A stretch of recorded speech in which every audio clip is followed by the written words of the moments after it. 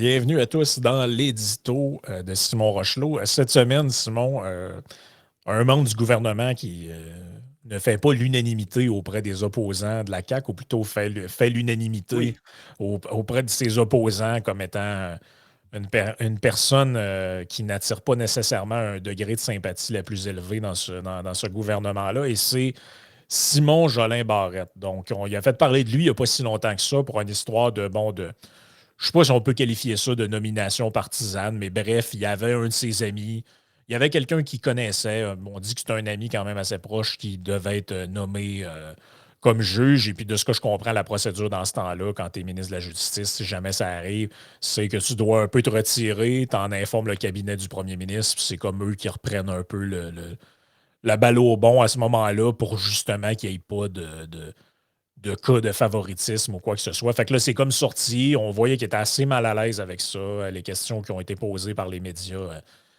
disons qu'il l'avait mis un peu dans l'embarras. Là, il y a une autre histoire encore. C'est sorti dans la fin de la semaine passée. C'est lié avec la juge Rondeau, dans le sens que, bon, on sent que il y a, comment je pourrais dire ça, c'est un peu le feu et l'eau, là. Donc, ce qu'on nous dit dans la presse, les hostilités sont relancées entre le ministre de la Justice et la juge en chef de la Cour du Québec. Simon Jolet-Barrette a refusé d'entendre en commission parlementaire Lucie Rondeau au sujet de son projet de loi visant à mettre en œuvre leur entente. Mais aussi, et c'est ce qui a rompu leur trêve, à encadrer le financement du Conseil de la magistrature qu'elle préside. Ça, là, moi, avant de lire ça, honnêtement, je savais pas qu'un ministre pouvait écarter d'une commission parlementaire un acteur ou une actrice de ce calibre-là. Tu sais, que tu veux pas recevoir une association citoyenne avec des gens un peu exaltés, un peu sautés sur le crâne, c'est tel que tel. Mais là, on parle quand même de la juge en chef de la Cour du Québec. Là. Y a-tu moi qui n'ai pas compris quelque chose là-dedans, mais il me semble que ça a comme pas de bon sens de l'écarter du. Tu peux lutter, tu peux dormir, tu peux faire des mots croisés, tu peux lire des trucs sur ton téléphone pendant qu'elle parle, au pire, là, mais de dire qu'elle n'a pas le droit de parler, je sais pas. C'est peut-être qu'il m'en manque un bout, là, mais je l'avais pas vu venir, celle-là. ben effectivement, ça n'a pas de bon sens. Par contre, tu peux tout à fait exclure qui que tu veux en commission parlementaire. En fait, les gens qui sont appelés à témoigner en commission parlementaire, ça relève vraiment de la joute politique, c'est-à-dire que c'est des négociations qui se font entre les partis politiques de genre, bon, évidemment, le gouvernement a le gros bout du bâton Ouais, c'est ça. là-dedans, tu sais, les principaux, mettre les partis d'opposition, puis là, OK, ben, tel groupe, moi, je suis tel parti, j'aimerais vraiment, vraiment que tel groupe vienne. Ah, je veux pas tel groupe. Ben, OK, ben, regarde, je suis d'accord à ce que toi, qu'on fasse venir tel groupe, mais il ne faudra pas que celui-là vienne. Bon, vous voyez le genre un peu. Et là, malheureusement, ici, ce qui arrive, c'est que, ben, peu importe la question sur le fond, on pourra revenir peut-être un peu dans les détails de c'est quoi le litige ici, là. Ouais, ben, Mais juste pour préciser, on dit que le Parti libéral et Québec solidaire ont demandé au gouvernement mhm, d'inclure la juge dans la liste d'invités qui étaient aux consultations pour le projet de loi 26. Peut-être après, on pourra expliquer un peu c'est quoi le projet de loi 26. Mais là, de ce qu'on comprend, bon, je pense que le PQ s'est opposé et la CAQ aussi, là, grosse surprise.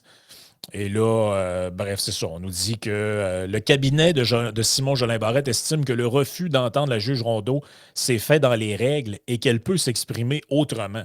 Les groupes qui ne sont pas en commission peuvent tout de même faire parvenir leur mémoire afin de faire valoir leurs points et que ceux-ci soient analysés, affirme-t-il. Le Conseil de la magistrature a fait parvenir un mémoire à la commission.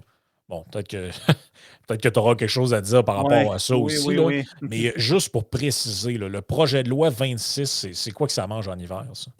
Ouais, le projet de loi 26, rappelez-vous, avant les. Parce que ça fait quand même plusieurs histoires qui se rapportent au ministre Jolin Barrette, puis ce qui concerne la justice au Québec ces derniers mois. Donc, rappelez-vous, il y a quelques mois avant même, ce qui s'est pas, avant l'histoire là, de nomination des juges là, à Sept-Îles, d'un juge à Sept-Îles et tout ça, là, mettons ça de côté.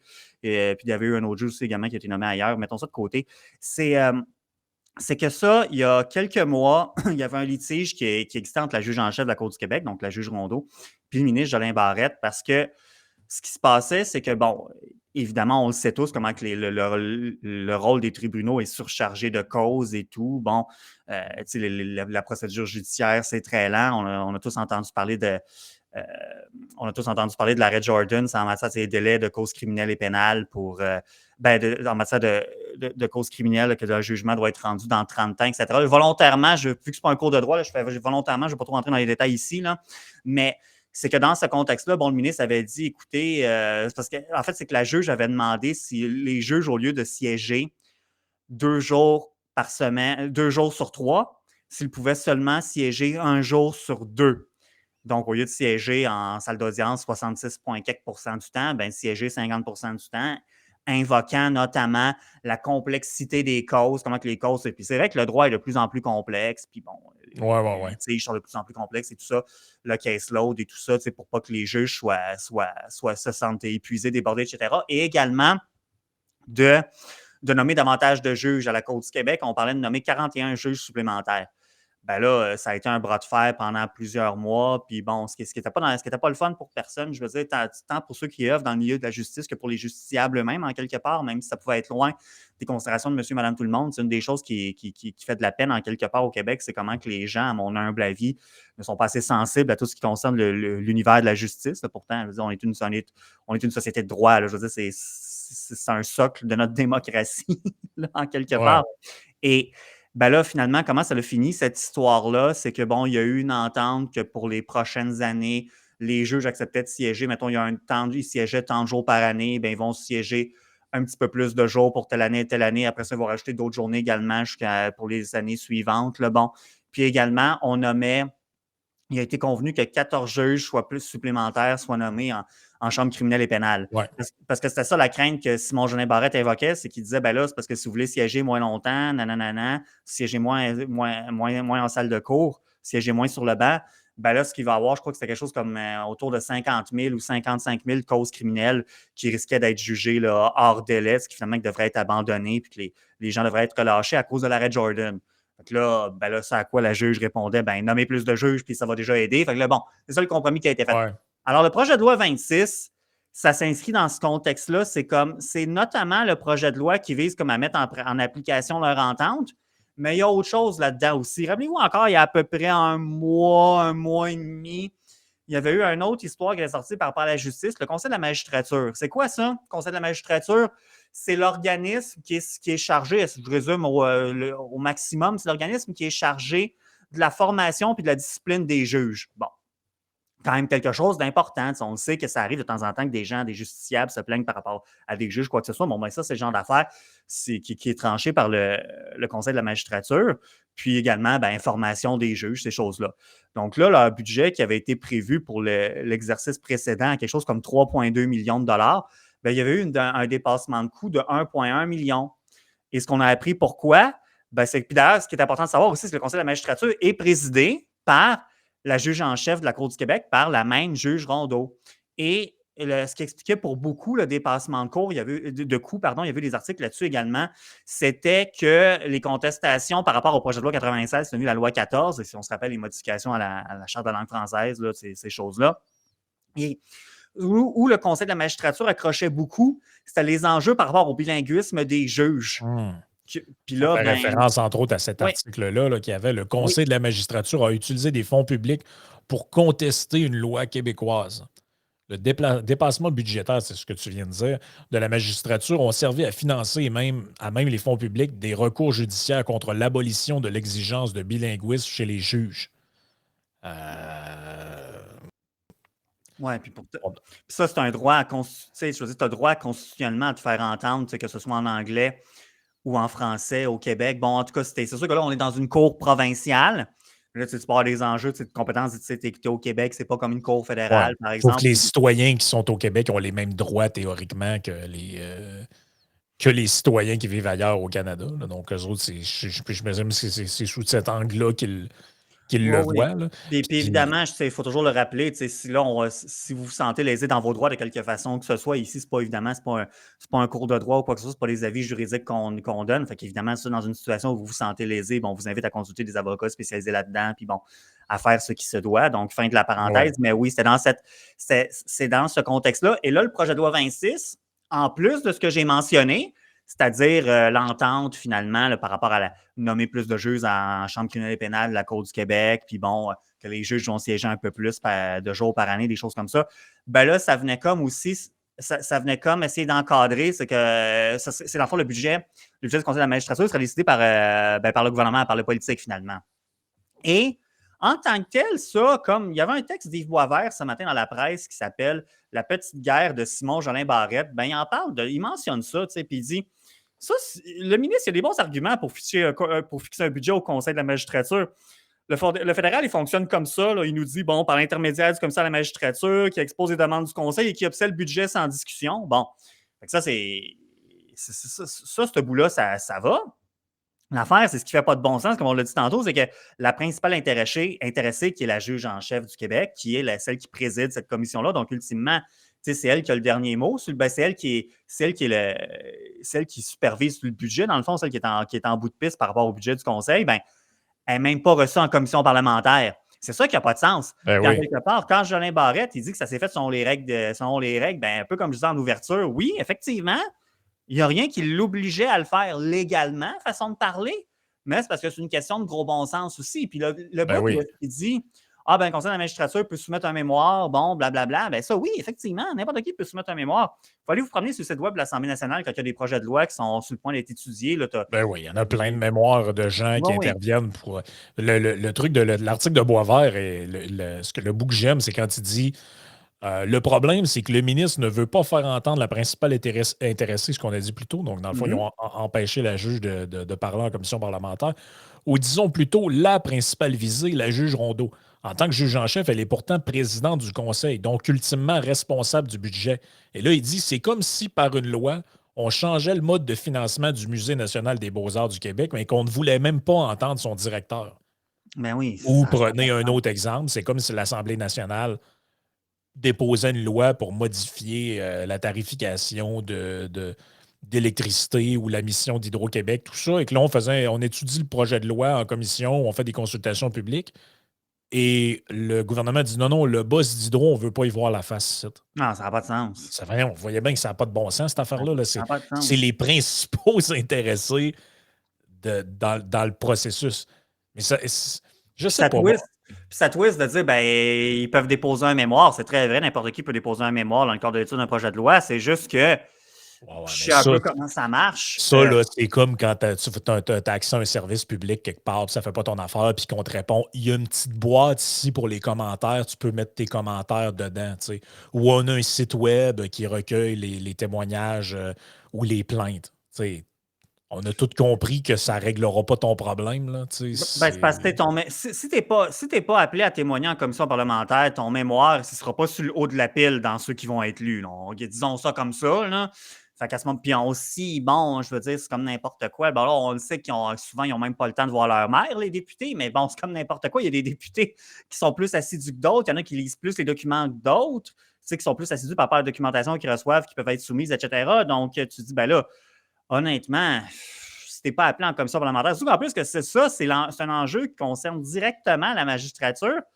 On ne sauvera pas la magistrature, en quelque sorte. Tu dis, vous voyez bien que ça ne tient pas la route, là, puis le mémoire qui va se ramasser dans le bas de la pile, je veux dire, qui va être lu Oui. un mané, peut-être, possiblement pas, je veux dire.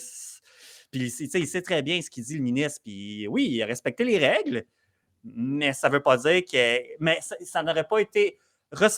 Accepter de recevoir la juge Rondeau n'aurait pas été en violation des règles non plus. Ça aurait juste eu une valeur ajoutée, en quelque part. Et ça s'inscrit. C'est pour ça que je tenais à faire l'historique. J'espère l'avoir fait le plus simplement pour monsieur, madame, tout le monde, mais pour ça, je tenais à faire un peu l'historique des différents litiges qui ont pu avoir eu lieu ces derniers mois par rapport à ce qui a entre le ministre et la juge en chef de la Cour du Québec. Parce que là, tu sais, personne n'a à gagner de ça. Tu sais, il y avait une trêve qui avait été conclue, puis là, c'est d'une manière tout à fait sans provocation. Ben là, on a le ministre de la Justice qui.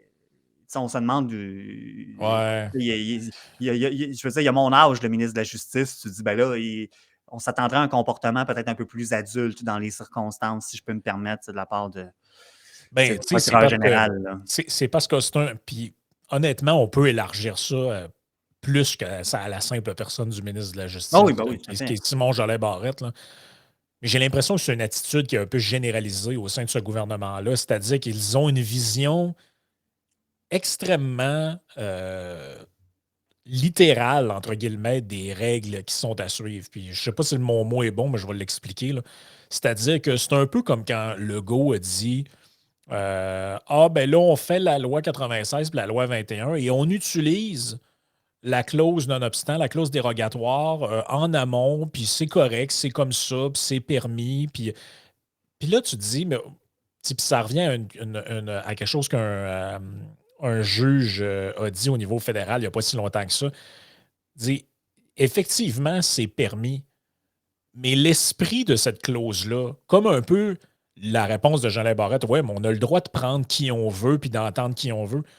Oui, oui, Oui, effectivement, vous avez le droit. Puis le Québec a le droit d'invoquer la clause dérogatoire pour plein d'affaires. Mais l'esprit de ces trucs-là, c'est que c'est un peu en dernier recours.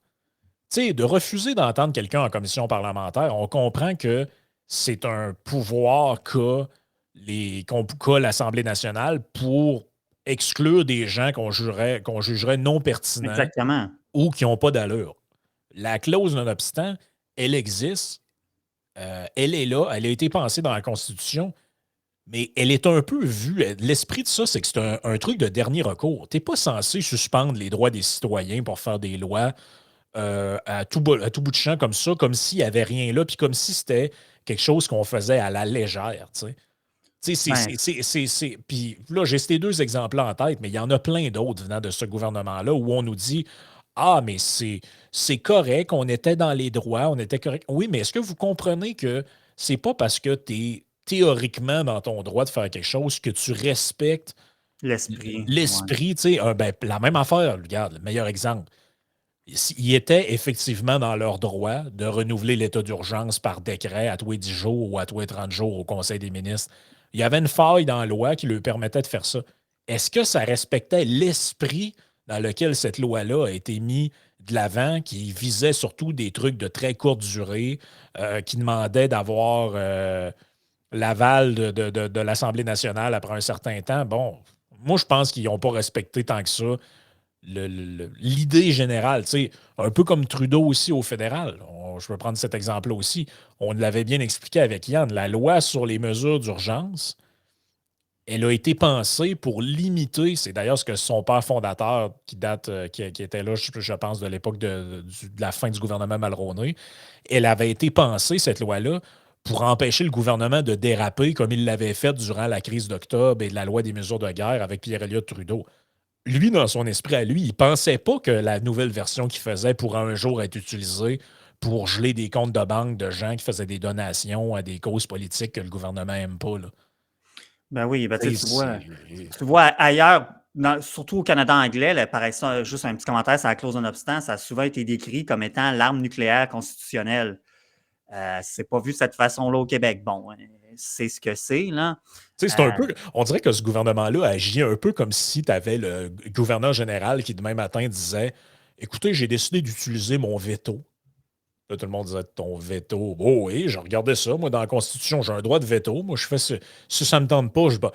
Là, ben, tu sais, ou comme si le monarque de Charles III, tout d'un coup, décidait d'être investi dans la politique canadienne. Tu sais. C'est pas parce que quelque chose est écrit sur un bout de papier ou que ça l'a. Tu sais, faut que tu respectes un peu l'esprit de tout ça, puis la tradition aussi qui fait que, ben. En tout cas, je sais pas. Moi, je vois ça un peu comme un bris de tradition, d'une Mais certaine manière, de dire que oh, ben, la juge en chef du Québec, qu'est-ce qu'elle veut, elle? Nous autres, ça ne nous tente pas de l'entendre. Attends une seconde, là, on parle pas d'un intervenant de dernier ordre qui n'a pas de rapport là, tu sais, que tout le monde s'entendrait dire bah, regarde, je pense pas qu'il est pertinent, lui. Puis, tu sais, du monde weirdo là, en commission parlementaire, là, j'en ai vu, il y en puis il a. y en a rien Il y qu'en en a. masse. Là. Si vous voulez écouter les commissions parlementaires, là, écoutez-les, puis venez me dire que tout le monde qui passe là sont des gens pertinents et qu'on avait vraiment besoin de les entendre. Il y en a du monde. Rappelez-vous de la femme ou de la blonde à l'époque, je ne sais pas s'il est encore avec, mais la blonde, c'était la blonde de Jean-François Lisée qui était venue dire Oui, oui, oui, oui, oui, qu'on oui. était, pendant le truc sur la laïcité, était venue en chambre dire à Bernard Drinville, qui à l'époque était au PQ, que nous étions des êtres nus puis que le but de l'humanité, c'était d'être tout nu, puis qu'elle ne voyait pas pourquoi on empêchait les gens de porter des signes religieux ou quoi que ce soit, parce que de toute façon, on était des êtres nus. Tu sais, fait que du monde weird dans la commission parlementaire, là, en tout respect pour cette madame-là que je ne connais pas, là, elle est peut-être bien fine, nonobstant, là.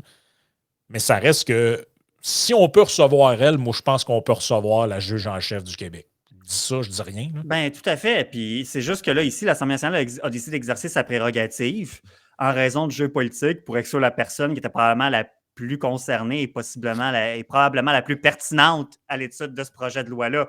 Ce qui fait aucun sens, puis parce que ça sert les intérêts de personne, sauf des partis politiques. Finalement, c'est que, tu sais, j'ai pas de solution à proposer par rapport à ça. On ne pourra pas évacuer la joute partisane là, de l'Assemblée nationale. Là, je veux dire, oubliez ça. Là, juste conceptuellement, ça ne marche pas. Fait que les commissions parlementaires, puis c'est pas la. Je veux dire, c'est quelque chose d'assez usuel, c'est-à-dire que c'est pas nécessairement les.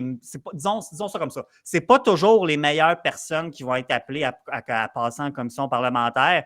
Ça va être souvent, comme je disais au début, il y a un jeu de politique. Fait que, des fois, ça se peut qu'il y a une personne qui ah ouais, ça aurait été pertinente de t'amener là, mais non, on ne t'amènera pas témoigner là parce qu'il y avait telle autre personne que je voulais vraiment avoir. Puis là, il a fallu que je fasse un choix en raison du compromis. C'est du donnant-donnant avec les autres partis politiques, dépendamment de la composition de la commission, etc. Donc, voilà. Mais là, c'est parce que c'est fort en café, finalement. Là, c'est parce qu'on a exclu. C'est comme, c'est l'éléphant dans la pièce. Je veux dire, c'est absurde. Ben, c'est que moi, je pensais qu'il y avait un dispositif ou un règlement ou quelque chose là, qui encadrait les passages en commission parlementaire et qui faisait au minimum que si tu es visé par la commission comme telle, tu as le droit de venir y témoigner. T'sais, il me semble que ça m'apparaît comme fondamental. Demain matin, on décide qu'on voudrait, je ne sais pas, moi, nationaliser les porcheries du Québec. Ben, je ne sais pas s'il y a une association qui représente ces gens-là. J'ose croire qu'on va accepter des ententes. En fait, on dirait que ça lève le voile sur quelque chose que je trouve un peu inquiétant. Moi, ce truc-là, c'est-à-dire que l'Assemblée nationale peut décider de faire des trucs, peut viser des gens par des procédures X, Y, Z et du même coup écarter ces gens-là si jamais la joute politique fait que euh, ça nous montre un peu aussi ce que ça fait un gouvernement qui a au-dessus de 90 députés et qui a des majorités écrasantes comme celle qu'on a en ce moment, c'est-à-dire qu'ils se pensent tout permis. T'sais, un gouvernement minoritaire n'aurait jamais fait un truc de même. Non, c'est sûr que non. C'est jamais dans 100 ans. Là. Il se serait dit, voyons, donc c'est sûr qu'on va se faire débattre par l'opposition. Ça se peut ben pas. Là, c'est ça l'affaire, c'est que bon, je ne suis pas expert en procédure parlementaire, mais le genre de mécanisme que tu as décrit, là, je n'ai pas connaissance de quelque chose comme ça. Ça tombe vraiment dans la prérogative. C'est de l'Assemblée nationale au sens large, là, pour dire ça simple, là, dire ça simplement. Mais c'est que non seulement la CAQ, à mon bien humble avis, a trop d'élus, mais c'est qu'en plus, l'opposition, non seulement elle est faible en termes de nombre, mais avec le respect que je leur dois, elle est faible en qualité aussi. C'est-à-dire qu'on a une opposition faible, là. Au-delà du fait qu'ils ne sont pas particulièrement nombreux, ils sont 35 sur 125, toutes les partis d'opposition qui sont représentés à l'Assemblée nationale. C'est que là, actuellement, on a le Parti libéral qui a un chef intérimaire, que là, Monsef Déragi nous l'a dit la semaine dernière, la course à la chefferie, ça n'ira pas avant fin 2020, genre automne 2024, peut-être le vote de ce que j'ai compris, ou peut-être même début 2025. Bon, on a, comment vous l'appelez déjà, le PSPP, là? C'est quoi déjà le surnom s'il avait trouvé? On a PSPP. Oui. On a PSPP, on a Québec solidaire, que j'ai l'impression que c'est des enjeux. Je ne veux pas dire qu'ils ne sont pas assez brillants pour comprendre, c'est juste que ça ne tombe pas dans leur tal. Puis, ben là, on a la CAQ. La CAQ, ben, c'est à leur initiative, cette affaire-là. Fait que, oubliez ça. C'est pour ça que si au moins, parce que c'est pas si grave que ça d'avoir un gouvernement, puis là, comprenez bien ce que je vais dire, là, mais c'est pas si grave que ça d'avoir un parti au pouvoir qui a autant de députés. Si et seulement si, il y a une dissidence qui est tolérée. Parce que normalement, la nature a horreur du vide et la politique aussi. Donc, dans un gouvernement où la dissidence serait tolérée et que ce serait culturellement accepté, ici, on pourrait avoir des gens, même au sein du parti, qui se lèveraient et qui diraient, écoutez, là, ça n'a pas de bon sens, nous autres, c'est clair qu'on ne vote pas ça. Exactement ce que vous voyez aux États-Unis. Des fois, vous avez des accords bipartisans où les républicains et les démocrates signent ensemble des affaires, mais tu as 15-20 républicains qui ont voté contre, puis 15-20 démocrates qui ont voté contre aussi. Pourquoi? Parce qu'on tolère une forme de dissidence. Il y a des gens qui même si leur parti a une position, décident de s'inscrire en marge de cette de ce parti-là. Mais ici, c'est pas. Ici, on voit ça comme du chaos. Le chef n'est pas capable de tenir sa basse-cour. Tu sais, Fait que, tu sais, il a perdu sa crédibilité, il a perdu son vestiaire avec les analogies de sport. Mais en tout cas, moi, pour moi, ça m'apparaît. Ça parce, m'a- parce que ouais, vas-y. parce que j'allais dire, tu sais, le système américain, c'est un système différent du nôtre, mais si on regarde, tu sais, nous, nos institutions, on les a héritées des Britanniques. Et au Royaume-Uni, ils ont un système, tu sais, ils font de la politique, ils ont le même parlementarisme que nous. En fait, on a le même parlementarisme qu'eux, en réalité.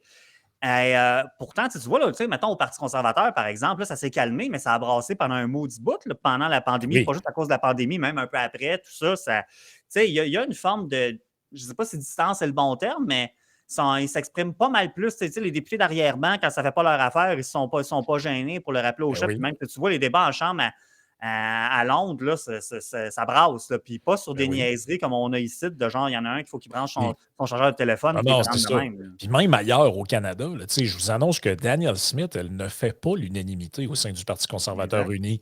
Elle est vue comme représentante de l'aile assez dure. Tu sais, elle ne fait pas l'unanimité. D'ailleurs, elle a été élue, je pense, pour succéder à Jason Kenney avec quelque chose comme 5, je ne veux pas dire de niaiserie, là, mais c'est quelque chose comme 54 ou 55 des membres l'ont choisi pour.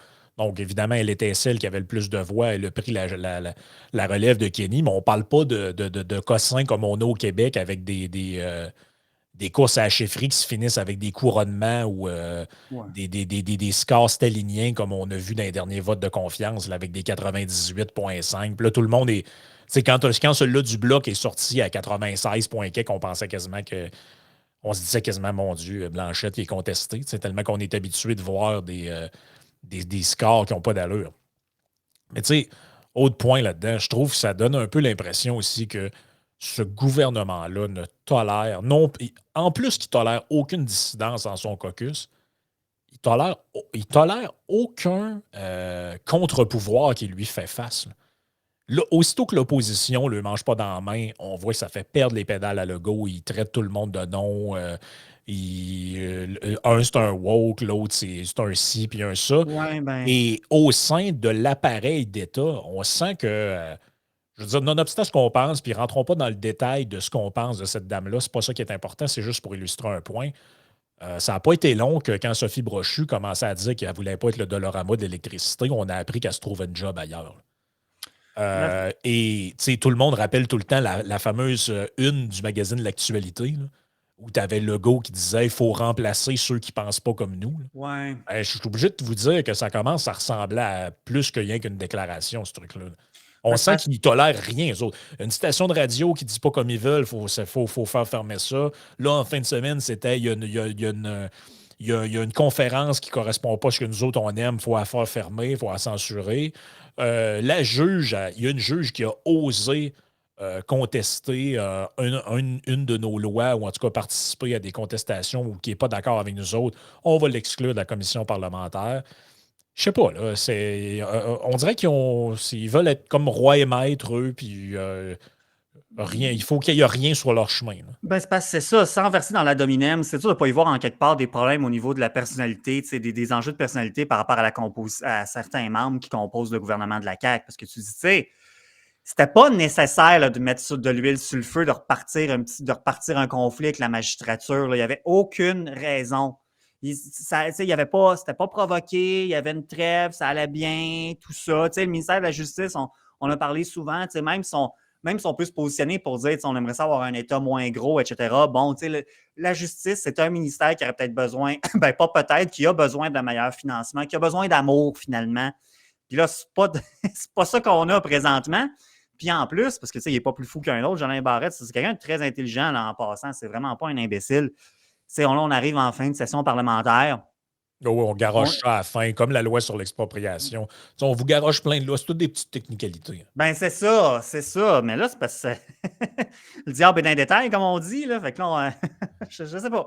J'aime vraiment pas ça de les voir aller. Puis c'est parce que c'est ça, tu dis, c'est parce que c'est juste comme ça fait, ça fait revanchard. Ça fait un peu comme je crois que c'est ce que Yann disait. Il le disait dans différentes interventions la semaine dernière par rapport au projet de loi 14, là, plutôt la loi 14 qui était le projet de loi 96, donc modification par rapport à la Charte de la langue française, etc. Tu dis, qu'est-ce qui, tu sais, c'est quoi qui anime ça, dans le fond?